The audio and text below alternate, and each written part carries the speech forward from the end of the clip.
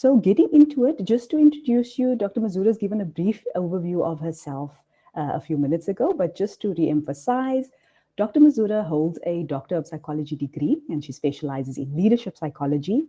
She's an all-rounder, so she's an international behavioral science and performance specialist. She's a leadership and adult development psychologist, and she's an organizational development consultant. She's also the author of several books, including her most recent one, which is entitled Career Resilience for Your Wellbeing, which links directly, of course, to her talk today. So join me in welcoming Dr. Mazhura by using the little icon on the bottom right. It looks like clapping hands. I'm sure you're all familiar with it. And let's please give Dr. Mazhura a very warm welcome. Over to you, Dr. Mazhura. Thank you, Diane. Thank you so much. And I'm excited to be here talking about career resilience, something that's very, very close to my heart. And you will forgive me as I'm navigating. I'll probably be minimizing my screens because for some reason I'm not able to navigate my slides as I am on the same platform. So I will navigate from the back end. So you'll bear with me. All right. So we're talking career resilience today. And I mean, why are we talking about career resilience? I think the context always matters.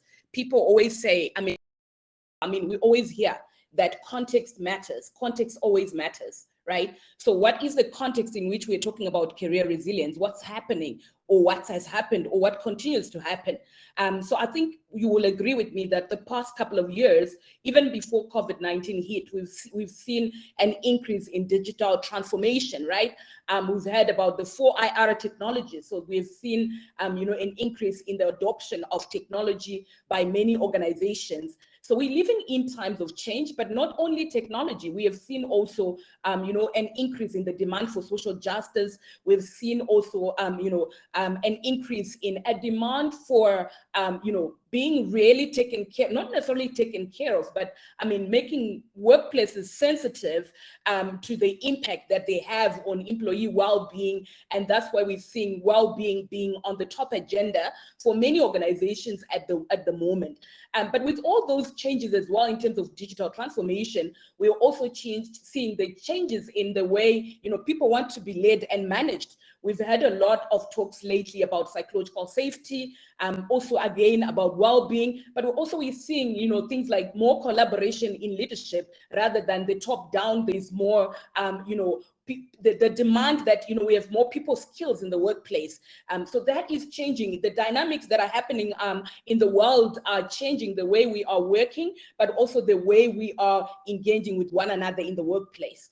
And also with that comes a lot of disruption in terms of, we've seen in the past few years, some skills becoming redundant, right? Some skills becoming redundant. I've worked with a couple of organizations where actually their skills had become redundant. So think about it.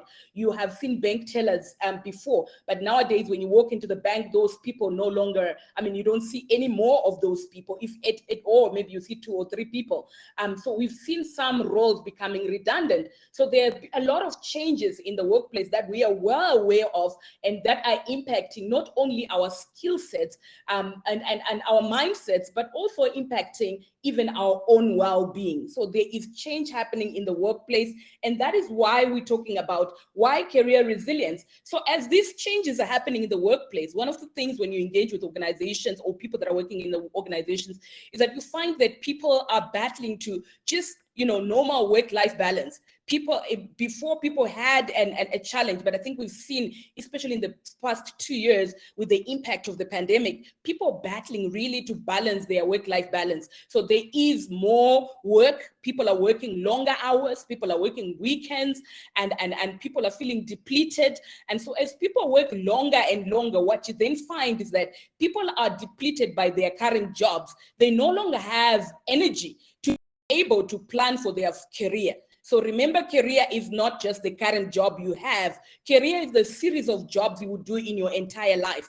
And that requires planning. It requires goal setting, right? But if you're too depleted, what we're finding is that people no longer have the capacity to be able to plan for their future or to be able to develop the skill sets that they need to remain relevant for the future, to remain future fit, but also to be adaptable, because the changes we're experiencing in the the workplace are having an emotional impact and causing a lot of emotional turbulence for many people. So if you don't have the capacity to be able to build your skill set that you need to be able to be resilient and adaptable and even future fit, what then happens is that people begin to experience, the opposite, where they are not necessarily career resilient, right? And also with the changes, what we notice is that as we are going through these changes, as I mentioned just now, what then happens is that your performance attributes, if you are not conscious and mindful, are eroded, right? Your performance attributes. So these are your assets in an organization or as an individual in your career. Your personal energy is your asset, right? Because it gives you the capability and the capacity to be able to plan, to be able to develop the skill set you need to remain relevant. But if you're depleted regularly, you no longer have the capacity, and you will be unlikely able to bounce back from any sort of disruption that you may experience in the workplace, whatever it is, whether it is a skill, whether it is you're being promoted, and then you realize that the skill set you need to lead people in the digital transformation or digital world is different from when you were working, maybe, when you didn't have to deal with, engaging with people via, technology, right? And then ability to organize yourself in time. So we are noticing that with the changes, there is an increase in what people have to do. So there's an increase in doing more with less. And that's why people are working longer and longer hours. What then this means is that people need the ability to be able to prioritize, or to be able to say, what do I need to actually, prioritize, right?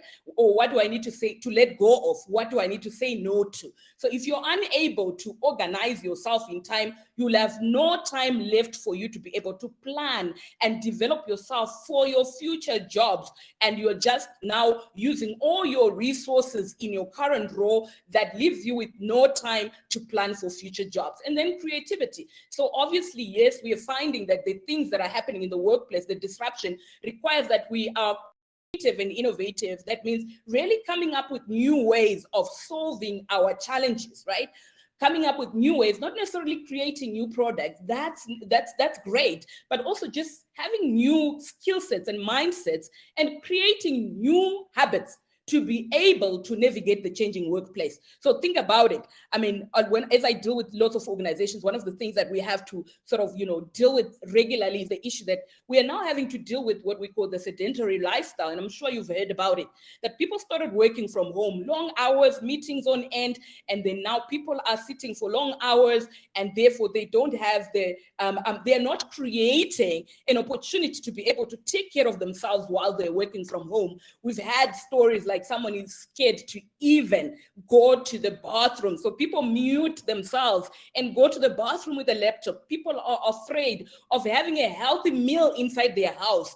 This is what this world of change is creating. And so if people do not have the capacity to create new ways, new habits, and new beliefs that sustain them so that they can solve the current challenge, or they can become sustainable themselves as they navigate the changing workplace, so that they don't actually just get depleted by this current role and not have capacity to plan for the future. And then also the ability to concentrate, right? So this is also very important. There's lots of distraction right now, right? We've got social media that's distracting us. We've got change itself that's actually distracting us. So before you finish with this change in the organization, another new change is coming. Before you're done with this one, another one is coming. So people don't have, if people are not mindful and they are not actually, paying attention to how do I concentrate so that I can be more productive and I can achieve some goals, we'll get to a place where people feel like there's no point in setting goals because we don't even achieve those goals, right? And what that then creates is a lot of uncertainty, but also a lot of frustration and a lot of feeling unfulfilled, right?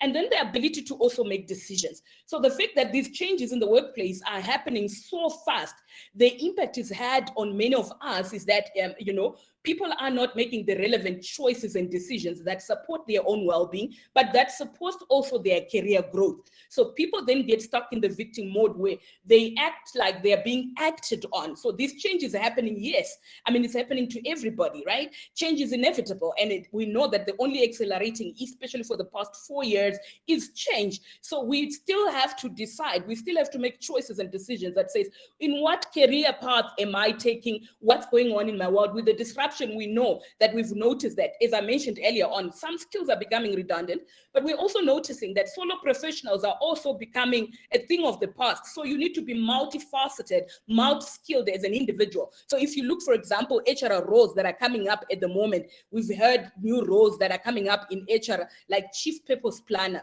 distraction manager, and not distraction as in destroying, but concentration, allowing people to concentrate, because people are being distracted by so many things that they are unable to actually achieve. We've had new roles in the HR space on director of well-being, but we do have well-being managers already, but we're going to have more of those people. We are going to have new roles, and this is what the Cognizant was highlighting in terms of new roles only in the HR space. So think about your own professional field and think about what are the new roles as a result of the digital transformation that are coming up, and am I relevant? Am I future fit? Do I have the skill set that can make me survive the changing environment and become resilient, that is being able to actually adapt to the changing circumstances within the organizational space? And the other performance attribute is leadership. And as I mentioned earlier on, leadership here, we're not really talking about title or position, we're talking about influence, right? So during times of change, we've noticed,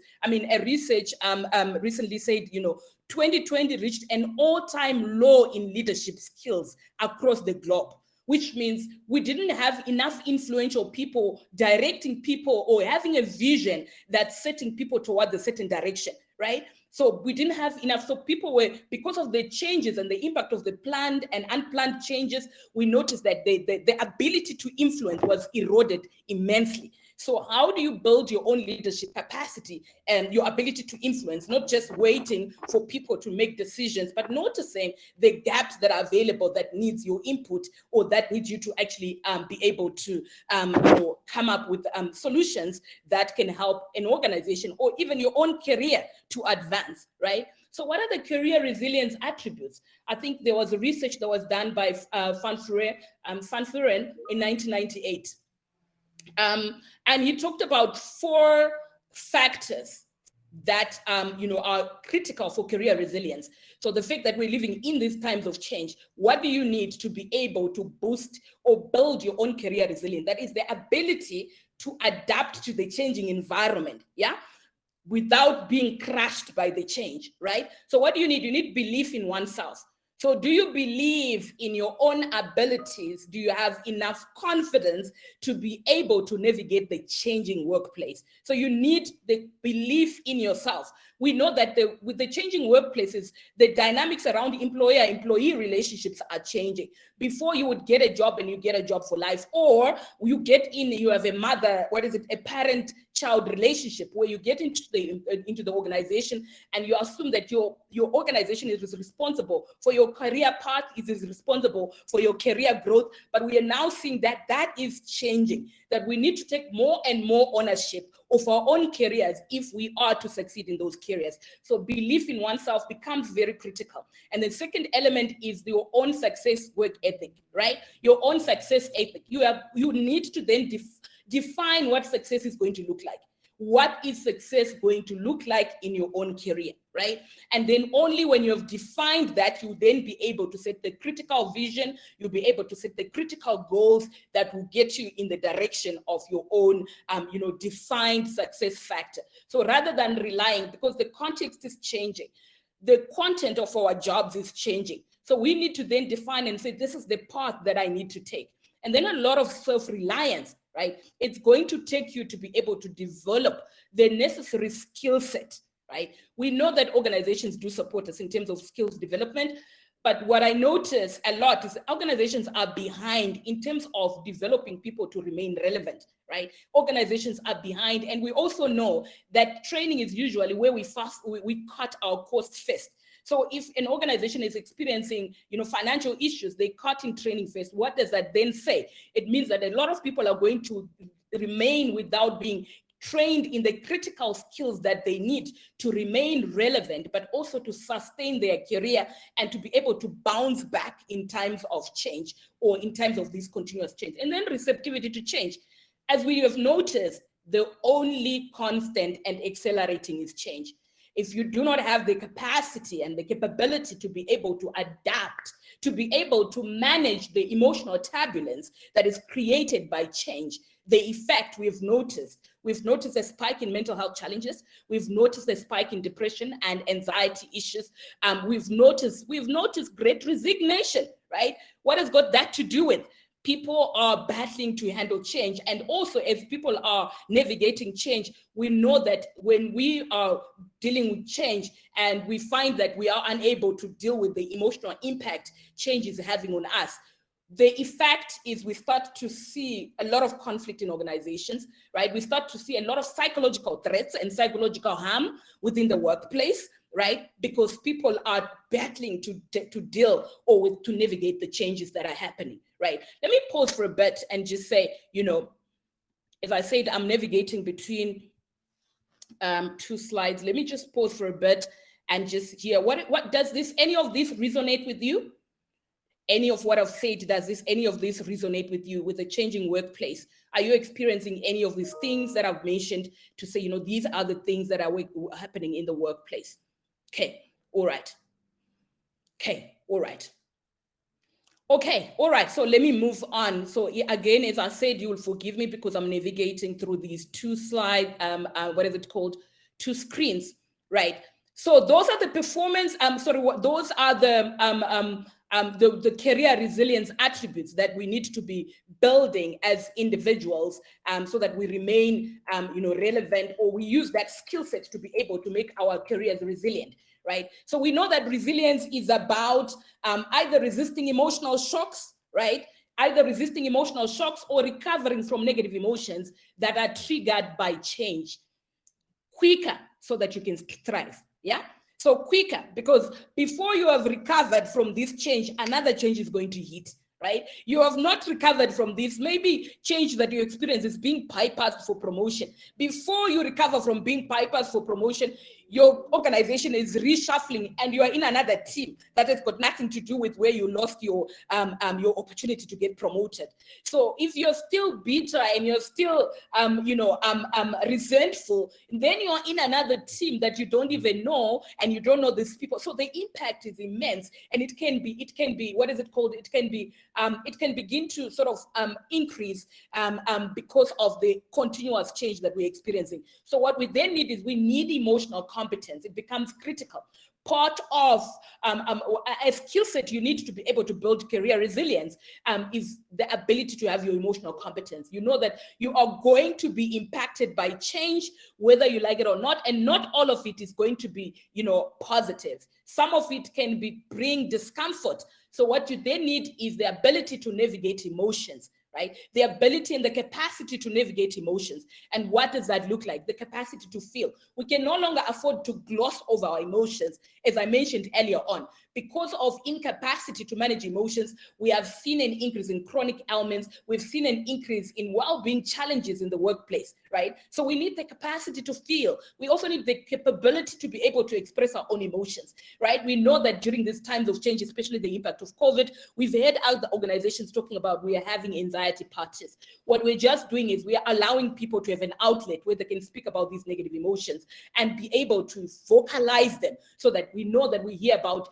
once you can name an emotion, once you can talk about an emotion, the healing process starts, right? So you also need the ability to analyze your emotions, right? Is this current?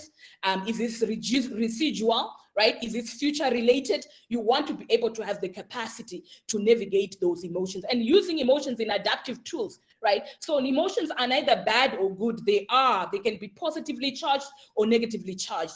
So we need to be able to use both positive and negative emotions instrumentally to be able to adapt to the changing environment, because all emotions they are feedback loops. They are telling us that our environment is changing, right? So what we need to do is then to be able to use the emotional data so that we find the information that's contained in that data.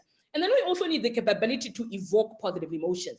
I'm often saying to people, the world we're living in, there's no shortage for negative emotions, right? If you walk out of your house right now, you're going to see a billboard with negative news. You open the TV, there's going to be negative news. So there's no short supply of negative emotions, but there's short supply of positive emotions. How do you build your energy as an individual? We know that we know the supremacy of emotional energy, right? How do you build your own emotional energy so that you have the capacity to be able to perform effectively in your current role, but also to be able to prepare to perform effectively in your upcoming roles or the places you want to be able to work on? And then the other one is individual psychological safety. You want to be able to build your own psychological safety. In times of change, psychological harm and threats are inevitable. It would be ideal that every organization has got psychological safety, but from experience, as we know, when we are threatened, we are threatening, right? So we need someone who can diffuse a situation, or someone who's not easily, triggered by events that are happening around them. And that then says you need to build your own psychological safety. Yeah, you need to build your own psychological safety, build the capacity to be able to, lessen the impact of the change or other people's behaviors on your own psychology, so that you can, because remember, you need psychological capacity to be able to continue to function effectively as an individual. And this comes from the fact that we are psychological beings. So when we talk about satisfying your own, building your own individual psychological safety, what we're basically saying is meet your psychological needs. Just understand that you're a psychological being, you've got psychological needs, and what happens during change is that the ways in which you have organized yourself to satisfy your own psychological needs is disrupted, right? So you're disrupted if you had organized your need for competence to say, competence means for me going to the workplace and being able to get into a boardroom, have a couple of meetings. COVID-19 said remote working, start working from home. So your level of competence, and that's why we saw a lot of people experiencing some level of anxiety to say, will I be able to manage? Will I be able to do my work? Will I lose my job? Yet sometimes it had nothing to do with loss of job. It had everything to do with the way you had organized yourself to feel competent has been disrupted. And what that means is that you need new ways to be able to, organize yourself to feel competent again. So psychological needs, I'm not going to get into the details of what psychological needs are, but you guys can, read something up on psychological needs. So we've got these psychological needs, and I normally work with the 4 psychological needs. That is the need for competence, the need for relatedness, and the need for autonomy, and the need for certainty. And what happens is, I said, during change, our ways we've organized ourselves gets disrupted. So we need to come up with new ways, which is new habits to satisfy our needs. Because if our needs are not met, here's what happens. If your needs aren't being satisfied, or if you think they may not be satisfied, fear takes over and blots out creativity. And fear takes over and drains your energy, right? No longer have energy, your ability to concentrate. Remember your performance attributes. And when fear takes over, it actually just erodes your ability to sustain yourself in terms of your performance attributes. Yeah, but we know that fear is natural and constructive mechanism that calls for personal leadership. Remember what we said, lean into the fear so that you can understand what is the information that it's telling you. It is an adaptive tool, feedback loop. It tells you to reorganize. It's just telling you to reorganize so that you can continue to satisfy your needs. And these needs to be done so that we can continue to sustain our own career. Unmanaged, it can become maladaptive. It can be exhausting. It can become a conditioned response. I deal a lot of people at times. A lot of people, even in my coaching sessions, were experiencing a lot of anxiety and fear because of the changing environment. So if you don't manage it, it can become a conditioned response, and it can also become generalized. That means it starts to affect every area of your life, and that then gets you into what we call reactivity. So when you're experiencing reactivity, you are now experiencing psychological threat as a result of the changing environment that's now affecting the way you think and feel and the way you engage and behave with other people. And so what do you then see? You see these patterns: comparison, criticism, labeling, blaming, contempt, defensiveness, stonewalling. And we know all these are maladaptive behaviors. They are not going to help you to progress to the next level, right? They are all maladaptive. So what you need to be able to do is have the emotional competence to snap out of reactivity so that you can prepare for your own sustainability, but also your own career resilience. As we said, what is career resilience? Ability to bounce back quicker from negative emotional impact as a result of the changes happening in the workplace. Better still, the ability to be able to resist the shocks. So change is inevitable, it's accelerating. What we need is the ability to be able to resist those shocks or to recover quicker so that we can continue to build our career brand, right? What is your career brand about, right? So it's no longer about I have a job. You want to build a career brand. You want to be known in your industry, in your profession for what you do so that you can begin to build what we call your career brand equity, that is increase the value of what you do. Right? So you want to have the energy to be able to set your career vision. You have a career strategy and the accompanying goals to achieve that career strategy, right? Okay. And then be able to measure your career brand equity. You can see I'm increasing, I'm growing. You're not leaving out to others to be able to determine whether you're growing or not. And then you're also building your network, right? We hear a lot, your network is your net worth. People are hiring from people that they know, right? People are hiring from people that they know. How are you building your own network so that supports your own brand equity or your own brand vision, for example, right? So that becomes critical because without that, we will be unable to sustain our careers. They're getting disrupted by change. Some skill sets are becoming redundant. We need to be honest. We have heard of learning agility where we need to be learning constantly so that we can develop the skill sets, the competences that are required for us to be able to navigate the changing world. And that is what career resilience is all about. And I just want to say, thank you. And I'm going to just hold and get a few questions. I know that it is 3 minutes to 10 and I went on and on. So I hope we'll have an opportunity to take 1 or 2 questions. Wow, thank you so much, Dr. Mazhura. That was such good information that you gave us. Please use your buttons on the bottom right just to give Dr. Mazhura another round of applause because that was fantastic. And it's information that we really need to hear at this stage, especially with everything that's happened over the last 2 years. So thank you, Dr. Mazhura. In terms of questions, we do have people who are very interested in your slides, Dr. Mazhura. So would it be possible to share a copy of your slides or something as close as possible via Adria? Okay, so I will share the slides. I'll send slides to Audrey.